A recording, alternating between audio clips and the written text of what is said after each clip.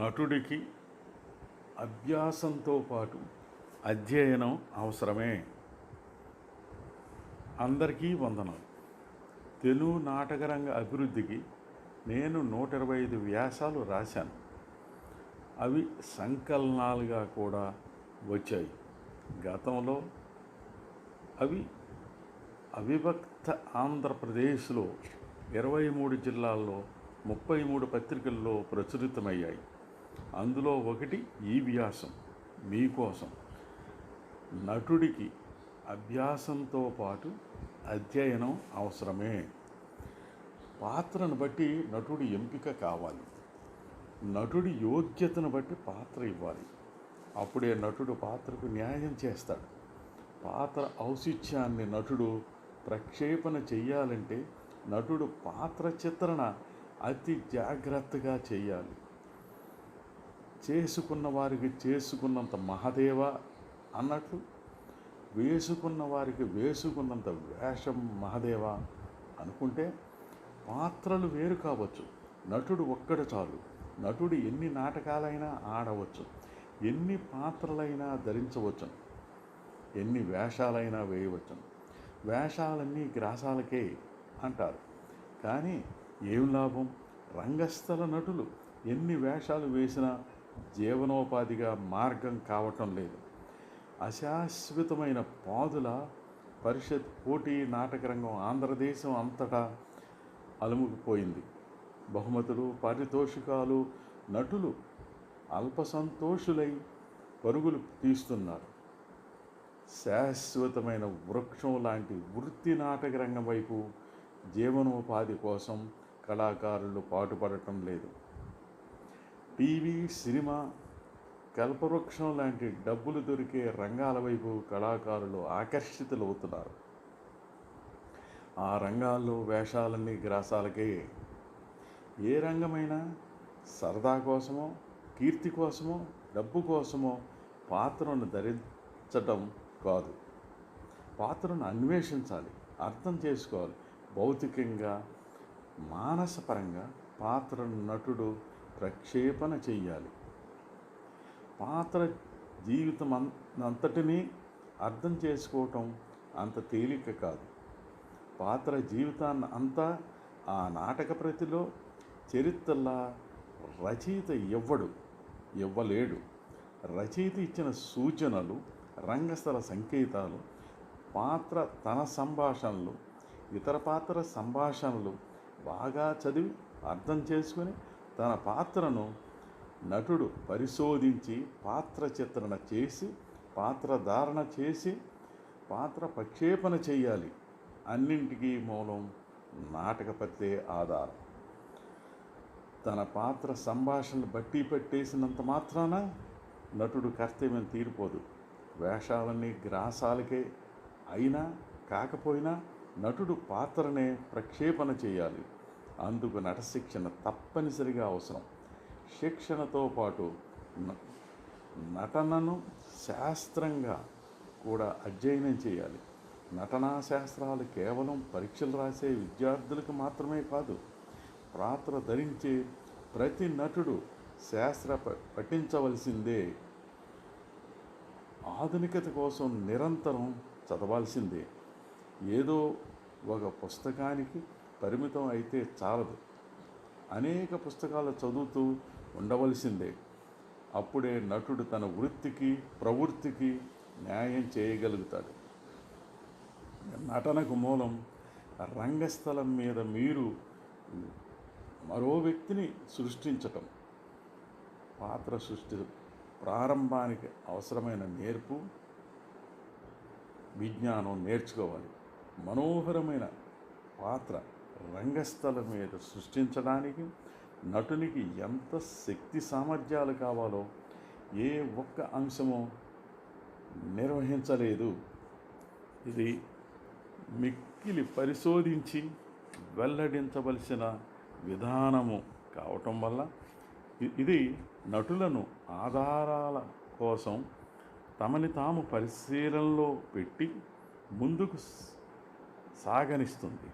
నాటక ప్రతి పాత్రను సూచిస్తుంది, స్వరూపాన్ని ఇస్తుంది. దాన్ని బట్టి నటుడు పాత్రకు జీవం పోస్తాడు.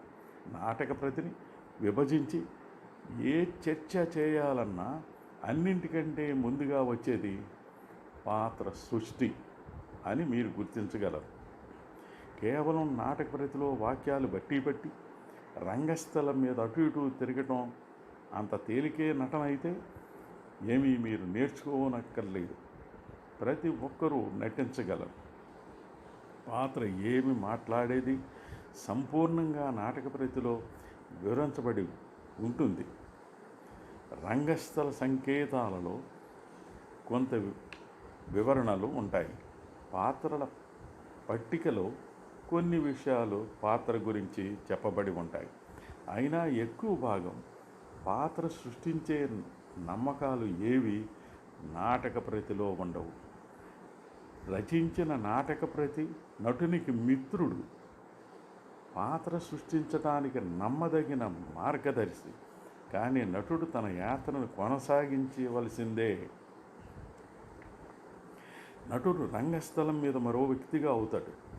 ఈ కష్టమైన పని పూర్తి చేయటానికి నటులకు పుస్తక భాండాగారం అంత సమాచారం ఉంటే అందులోంచి ఆలోచనలు, ఉపాయాలను సమీకరించవచ్చును. మీకు మీరుగా ఇటువంటి పుస్తక భాండాగారం నెలకొల్పుకోవాలంటే మీ చుట్టూ ఉన్న జనాన్ని పరిశీలించండి. మంచి విధానం. జాగ్రత్తగా వాళ్ళను పరిశీలించడం, వాళ్ళు ఏ విధంగా కదులుతారు, మాట్లాడతారు అనే విషయాల్ని గుర్తుంచుకోవాలి. అనేక పరిస్థితుల్లో జనం ఏ విధంగా ప్రతిచర్యలు చేస్తారో పరీక్షించాలి. మాట్లాడే స్థాయిలో భేదాలు, వ్యక్తి ఎప్పుడు ఉద్వేగాలకు బానిస అవుతాడో వినాలి. ఇతరులతో మాట్లాడేటప్పుడు వాళ్ళ చేతులు కదలికలు పరిశీలించాలి. ప్రతిదినం సంఘంలో మన ప్రతి కదలికలు చూసుకోవడానికి మనం మనుషులుగా మనతో పాటుగా ఓ పెద్ద అద్దాన్ని కూడా పట్టుకుని వెళ్ళవలసిన అవసరం లేదు. మనకి మనం చూసుకోలేకపోవచ్చును, కానీ ప్రపంచం ఏర్పరిచిన పెద్ద అద్దం చూస్తూ ఇతర వ్యక్తుల నుంచి మనం ఎంతో నేర్చుకోవచ్చును. ఈ సమాచారం ఏ విధంగా తర్వాత ఉపయోగపడుతుంది? కన్న కూతురు చనిపోయిన విచారంలో ఉన్న ఒక పాత్రను ఒక నటి సృష్టిస్తోంది అనుకుందాం. ఈ నటికి పిల్లలు లేరు, కానీ కొంతమంది తల్లులైన తమ పిల్లలతో ఉండటం చూసింది.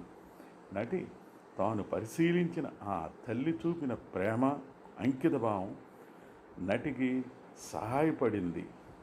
అప్పుడే తన కూతుర్ని పోగొట్టుకున్న విచారంలో ఉన్న పాత్రని అర్థం చేసుకుంది. ప్రజలు ఏ విధంగా కాలం గడుపుతారో అర్థం చేసుకోవాల్సిన అవసరం ఉంది. మొట్టమొదటిగా హెన్రీ డేవిడ్ థరో చెప్పినట్లు మిమ్మల్ని మీరు తెలుసుకోవాలి. రాత్రి మీరు నిద్రకు ఉపక్రమించే ముందు ఆ రోజు మీకు జరిగిన సంఘటనలను తలుచుకోవాలి. అనేక పరిస్థితుల్లో మీరు ఏ విధంగా ప్రతిచలించారో పరీక్షించండి. మీరు ఆ విధంగా ప్రవర్తించడానికి గల కారణం ఏమిటని మీకు మీరు ప్రశ్నించుకోండి. అలా ప్రశ్నించుకోవటం వల్ల ఎందుకు అలా మీరు ప్రవర్తించారో ఆలోచించడం వల్ల అదేవిధంగా మీ పాత్ర గురించి అన్వేషించే విశాల దృక్పథం కలగటానికి సహకరిస్తుంది. పాత్ర సృష్టించే విధానంలో నటుడిని ఒంటరిగా వదిలివేయరు. ప్రశ్నలు అడిగే ధైర్యం కలిగి ఉండటం అతి ముఖ్యం. ప్రశ్నలు ఎవరినైనా అడగగల విశాల దృక్పథం ఉండాలి. మీ దర్శకుల్ని, తోటి నటుల్ని, ప్రేక్షకుల్ని, ఆఖరికి నటనతో ఏమీ సంబంధం లేని వారిని కూడా అడిగి తెలుసుకోవాలి. నాకు తెలుసున్న నాటక సంస్థలో ఒక యువకుడు అనేక ప్రశ్నలు అనేక మందిని నిరంతరం అడిగి తెలుసుకొని అనతి కాలంలోనే గొప్ప నటుడయ్యాడు. కానీ ఇతరుల్లో కొంతమంది నటులు నటన నుంచి విరమించుకున్నారు కూడా.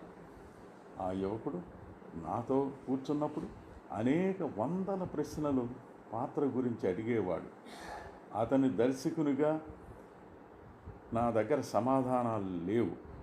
అతను అడగటం వల్ల ఇద్దరం కలిసి సమాధానాలు కనుక్కోవడానికి సహాయపడేది. కొంతమంది దర్శకులు చాలా ప్రశ్నలు అడిగితే ఇష్టపడరు. మీ తోటి నటులు మీ ముఖస్థితి కోసం మీ పాత్ర గురించి ప్రశ్నించవచ్చును. ఇతరులు అడగటం వల్ల వారు ఎంతగా పాత్ర గురించి తెలుసుకోవాలని కోరికతో ఉన్నారని మీకు ఆశ్చర్యం కలుగుతుంది. ఇతరులు కూడా మీ పాత్రతో పాటు వారి పాత్రల అభివృద్ధి చేయటానికి ఎంతకాలం గడుపుతారు. వారు సంపాదించిన జ్ఞానం, వారికి కలిగిన ప్రశ్నలు మీ పాత్రకు కూడా అన్వయించుకోవచ్చును. పాత్ర సృష్టికి అద్భుత మంత్రశక్తి ఏదీ లేదు, అది అనంతం. ఎక్కడైనా నటుడు నేను పాత్ర సృష్టి చేశాను, నేను ఆ పని పూర్తి చేశాను అని అనలేడు. పాత్ర అనేది మనిషి వంటిదే, నిరంతరం వృద్ధి చెందటం, మార్పులు చెందటం జరుగుతుంది. రిహార్సల్స్ మొదటి క్షణం నుంచి ఆఖరి ప్రదర్శన వరకు నటుడు తన పాత్ర గురించి పరిశోధిస్తూ అనేక ప్రశ్నలు వేస్తూ పాత్రను ఉన్నత శిఖరాలకు చేర్చవలసి వస్తుంది, పనిచేస్తాడు. తరచుగా రంగస్థల ప్రపంచంలో ఈ ఉద్దేశాన్ని మంచిగా సంక్షిప్తంగా ఇలా చెప్పాడు: మీరు ముందుకు వెళ్ళకపోతే మీరు వెనక్కి వెళుతున్నట్టే. మరికొన్ని విషయాలు రెండో భాగంలో.